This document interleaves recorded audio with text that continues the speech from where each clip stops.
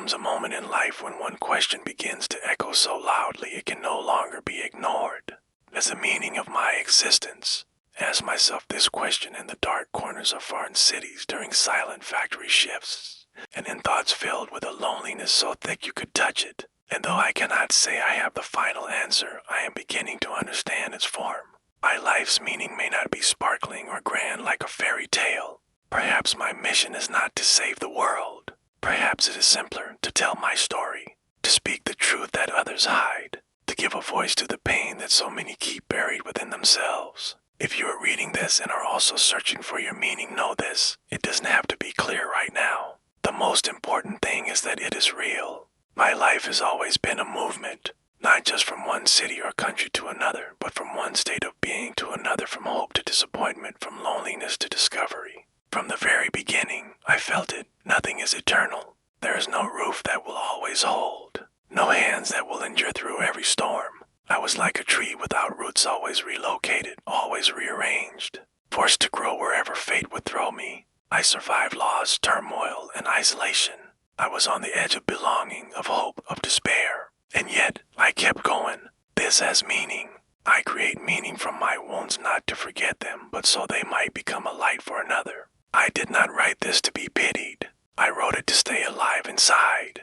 Life was not gentle with me. It was rough, often unjust, sometimes cruel. But it did not break me. It only stripped me bare. I learned that strength is not silence. Strength is speaking, even when your voice trembles. Strength is admitting that it hurts. Strength is remaining human when it would be easier to become a stone. My first memories have no faces. They have weight and temperature. It's a feeling, as if the beginning of existence were a thick dream, in which light and silence constantly wrestled with each other. A small wooden crib, vertical bars, my first frames, my first horizons. The room was warm, but that warmth had a strange taste and emptiness that didn't hurt but squeezed my chest from within. It wasn't fear. It was an early realization that I was alone in this tranquil background.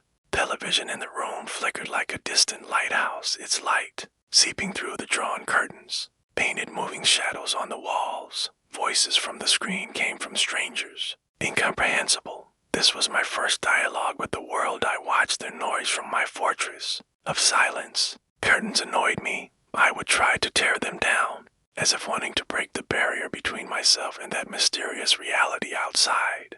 Don't remember hugs. Love in my home had no physical language. I never cried, not even when it was uncomfortable. Silence became my first reaction to the world. Then came the clinic walls, my first encounter with the system. The smell of chlorine and the breath of the sick didn't frighten. Zero emotion.